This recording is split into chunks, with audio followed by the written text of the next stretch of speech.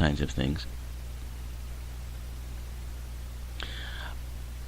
But the therapeutic benefits of it were quite sound science, still are, and not very deniable. I mean, these are really things that are verifiable scientifically. And so now there's more and more approvals from the FDA and the DEA to use LSD. And as I mentioned, the Silicon Valley engineers are taking microdoses of LSD, and it's sort of replacing Adderall.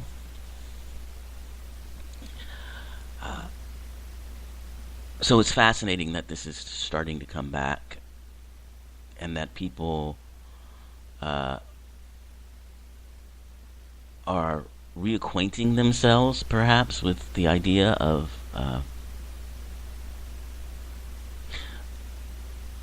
there being something beyond the physical. And that's why I mentioned Mr. Pollan, because in his book he talks about what his attitude was. And as I said, myself being the kind of person that I am, I couldn't understand the incuriousness. The same people who could sit and watch a science fiction episode or read a book about time travel or going into another world or any of those things, the same people can't or don't have any curiosity about that possibility being real. It's apparently fine in the context of fiction, but if you try to bring it into your own life, they don't see it. It's like, what if I told you, that there's this door, and if you open that door, you're going to see a world that's beyond anything that you experience in your world today.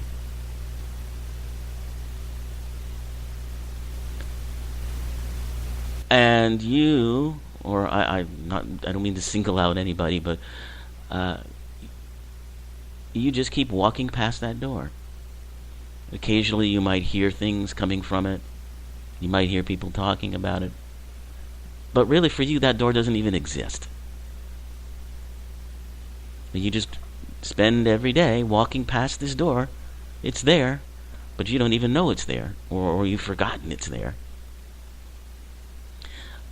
This is the kind of point of view that Mr. Pollan comes from before he begins this discovery here. So he talks about a Hopkins study using psilocybin, which is the active ingredient in LSD.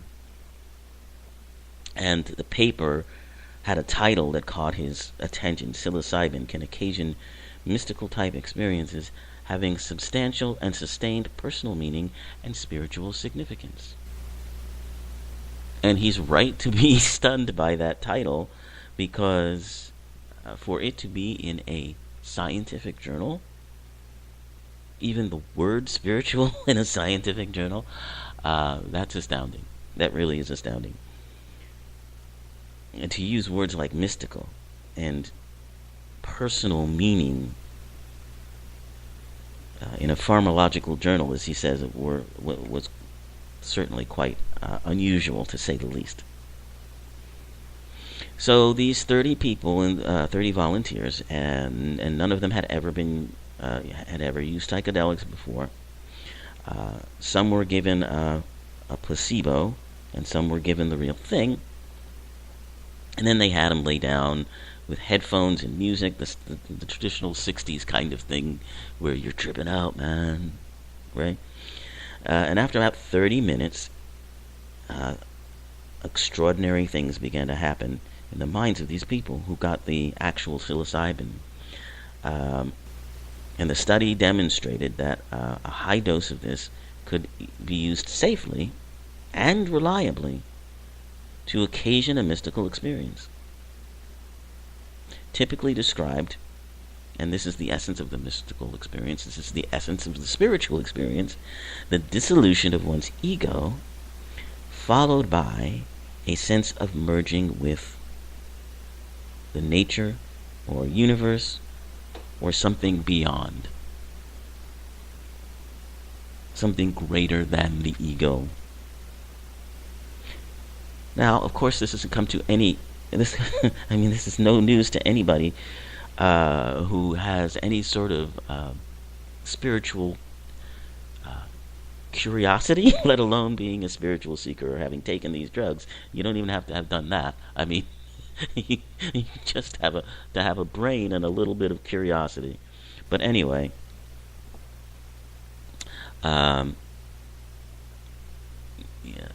traditional science, in its atomistic point of view, the new science now, with what we know from quantum physics, that's a whole different story. And eventually they're going to, which is probably the reason why we are having this resurgence in studies using psilocybin, because the entire scientific worldview is changing. But more about that later. He says, what was most remarkable about the results reported in the article is that participants ranked their experience as one of the most meaningful in their lives, comparable to the birth of a first child or the death of a parent. And 2/3 of them rated the session among the top 5 spiritually significant experiences of their lives.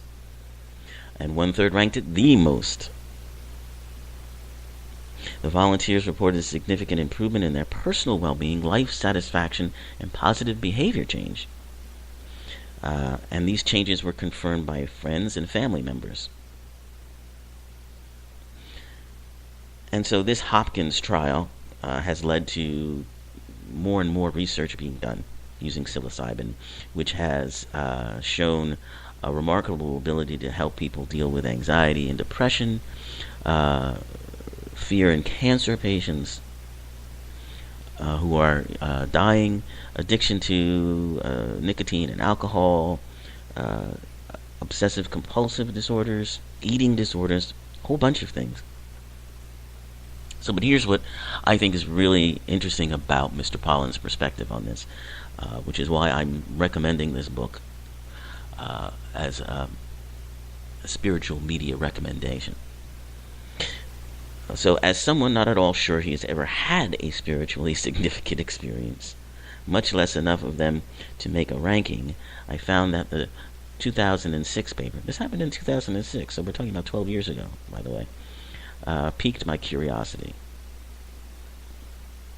Many of the volunteers described being given access to an alternative reality, a beyond, where the usual physical laws don't apply and various manifestations of cosmic consciousness or divinity present themselves as unmistakably real.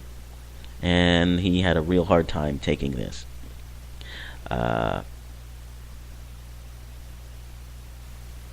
He describes his worldview, and he says, and this is the real interesting part. He says he never thought of himself as particularly spiritual or much less a mystical person, and he says this is partly a function of worldview, I suppose, and partly of neglect. I've never devoted much time to exploring spiritual paths. He says he didn't have a religious upbringing. And by the way, you don't have to have had a religious upbringing to explore spiritual paths. Don't get me started. Anyway, his default perspective, he says, is that of the philosophical materialist, who believes that matter is the fundamental substance of the world, and the physical laws it obeys should be able to explain everything. Right? But does it? No. Has it ever? No. So he starts from that assumption, gravitating to scientific explanations of phenomena. But he also says, and this is interesting too, I'm also sensitive to the limitations of the scientific materialist perspective and believe that nature still holds deep mysteries toward which science can sometimes seem arrogant and unjustifiably dismissive. You think? You think? Sorry. Was it possible? Was it possible that a single psychedelic experience, something that turned on nothing more than the ingestion of a pill or square of blotter paper, could put a big dent in such a worldview? Shift how one thought about mortality. Change one's mind in enduring ways. The idea, and here's the door thing that I talked about. It was like being shown a door, he says, in a familiar room, the room of your own mind, that you had somehow never noticed before, and being told by people you trusted that a whole other way of thinking, of being, lay waiting on the other side of the door. All you had to do was turn the knob and enter. Who wouldn't be curious?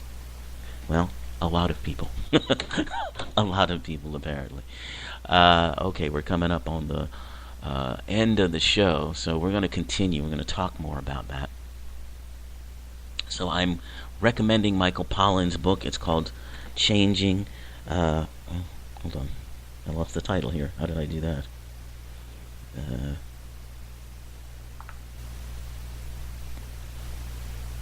It's called How to Change Your Mind. And it's by Michael Pollan, Pollan. I will post a link to that on my Facebook page, which is H. Wilkinson Media. H. Wilkinson Media on Facebook. And that is one of my metaphysical media recommendations. The other one is actually an old one, and one very dear to my heart. This is the 30th? Yep. 30th anniversary of the Bill Moyers interviews with Joseph Campbell and the Power of Myth. And in honor of that, Netflix has the entire series that you can stream if you get Netflix. And it's so worth looking at. If you haven't seen it yet, really do so. Campbell was a remarkable man with a remarkable perspective on the meaning, the power, and the need for so-called myth, which is really not myth at all, but our way of accessing our own spirituality. It's an amazing series, and I highly recommend it. And it's on Netflix now. Bill Moyers, Joseph Campbell, The Power of Myth. I'll post that on my Facebook page too. So next week we're going to talk more about changing your mind. But it's just interesting to see, and we'll continue on, because I think this author, Michael Pollan, his journey is really an interesting one to follow, and one that I hope that there are enough people who are at least halfway open-minded enough, curious enough, to really look at this, to pursue this, to think about it. So we'll continue on with that, and quickly, I'll give you a wellness tip, because that is one of the things that I try to do in the context of this show, is give you some wellness tips. So this is summer, the height of summer now, and so it's important to understand how to stay hydrated, particularly if you're someone who's outside a lot, you're doing a lot of outdoor activities, or maybe exercising. You need to stay hydrated. So, for many people, the idea that we've heard where you're supposed to drink 8 glasses of water a day is just not possible. But what you can do is you can keep a bottle of water on hand and sip on it throughout the day. That's easy to do. You can drink a glass of water when you wake up, and you can drink a glass before bedtime. and that will make a significant difference.